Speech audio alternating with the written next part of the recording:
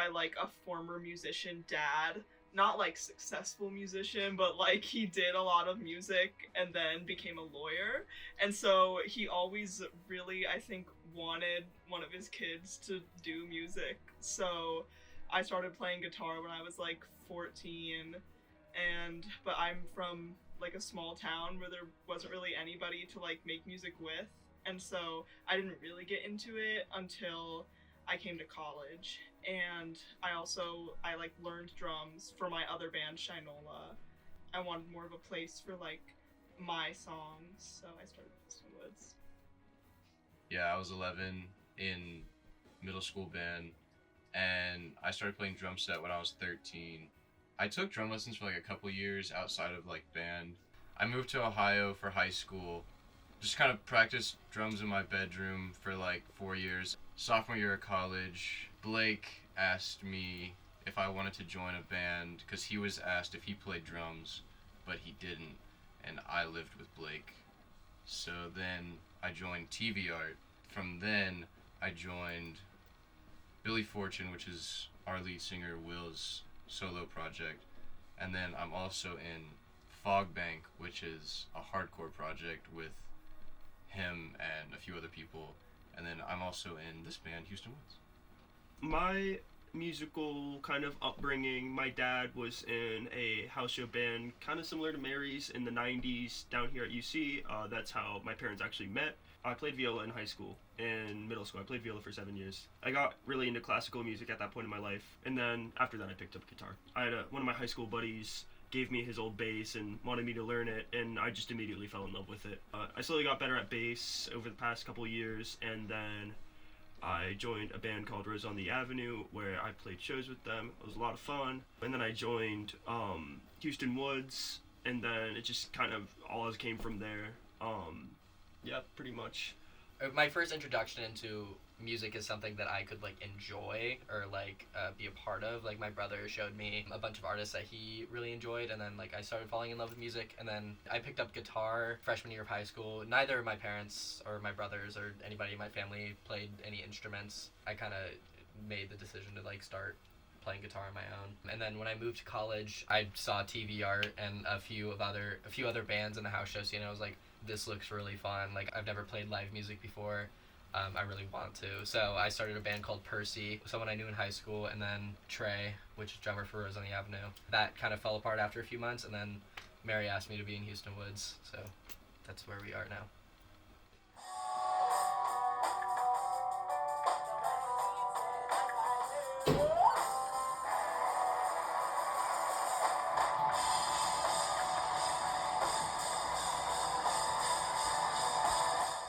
Well, Hueston Woods, spelled that way, is an actual place. It's like 45 minutes away from here. It's by Miami University.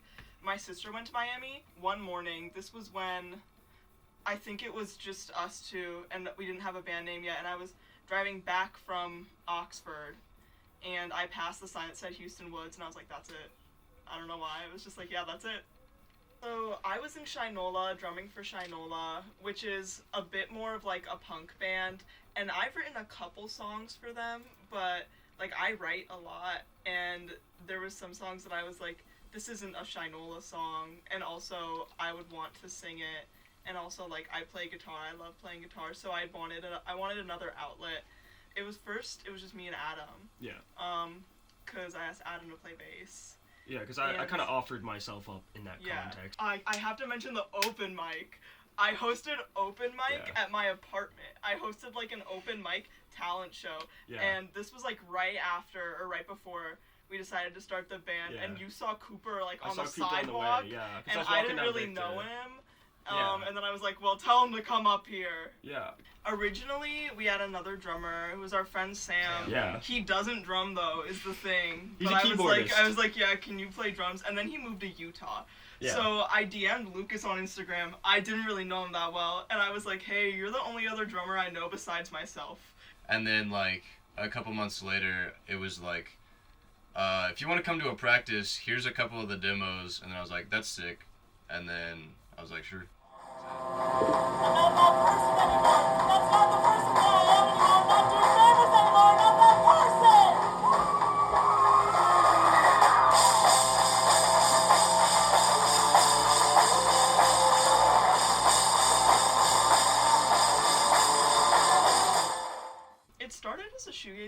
wanted to start a shoegaze band, but I wouldn't say we're a shoegaze band. It's just very, like, a lot of reverb. Distortion. Like... They look at their shoes. They gaze at their Right. shoe. Like, a lot of distortion and reverb, sometimes, like, stuff that loops. A very, like, dreamy sound. Think of Wall of Sound. Yeah. Yeah. I think as far as influences, My Bloody Valentine, even like screamo and hardcore stuff. Sometimes like I Hate Sex. I love I Hate Sex. Like Scram's influence Yeah. definitely is there. Yeah. You know, it's like we all have so many influences Yeah. because of the age of social media that it doesn't become a genre thing. It becomes a Yeah. oh, Cooper has this lick that sounds good. From there we just say, oh yeah, that sounds good. That's our sound. You know, Yeah. I think if we could describe our like array of sound in one band, Sonic Youth would be the most. it's definitely Not- more melancholic than Sonic Youth. But Yeah, I agree, and more melodic, more melodic, absolutely. Yeah. but Sonic Youth-esque.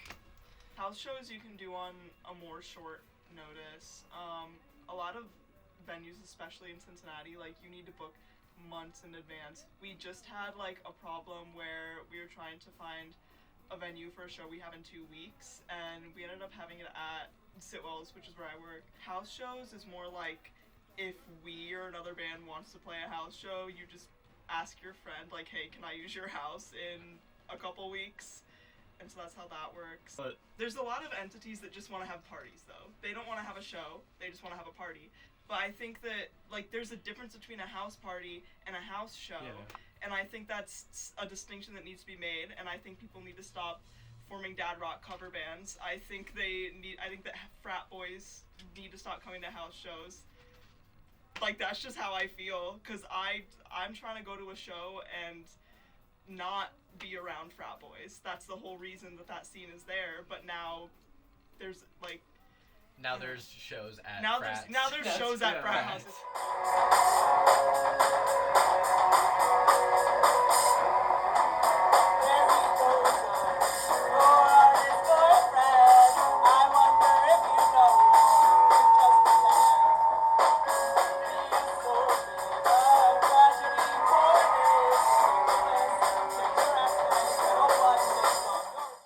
When I go to a good house show, or we play a good house show, or just like seeing people react to the music or even sing along is like, I love that so much. I love when there's actually a feeling of community as opposed to a feeling of like drunk house party.